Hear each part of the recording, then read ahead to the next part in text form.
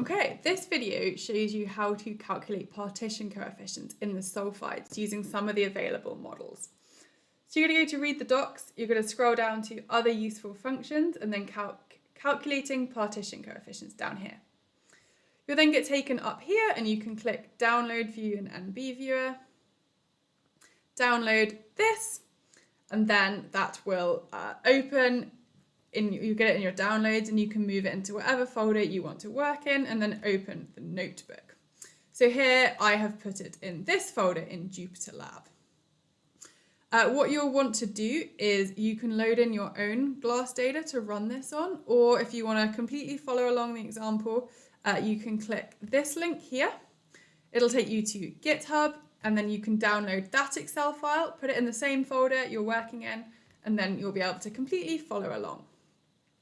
So as normal, you need to import PySolveSat if you haven't already. Watch the introductory videos for how to install it.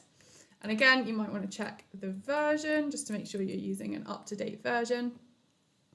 So we are going to load in the glass data using the format for thermobar. In this particular case, I've imported this other Python package thermobar. And this is because I actually want to calculate temperature. So to calculate the partition coefficient, you need temperature. So I'm going to use thermobar's functions to load in. The thermobar and the PySolveSat input structures are almost identical, so you could use either in this situation. I'm just using this to be sure. And what you'll notice about that Excel spreadsheet is actually I didn't bother putting SiO2_liquid. I didn't bother putting MgO_liquid. I have just added this suffix term here, and that'll append liquid onto all of the column headings. So that's fine. So the first step is calculate the temperature. So I'm going to calculate this using thermobar's calculate lick only temperature function, and I'm going to use the Sugawara thermometer at 3.2 kilobars here. And now this is the bit that's using PySolveSat. So I'm using the calculate solve KDs function.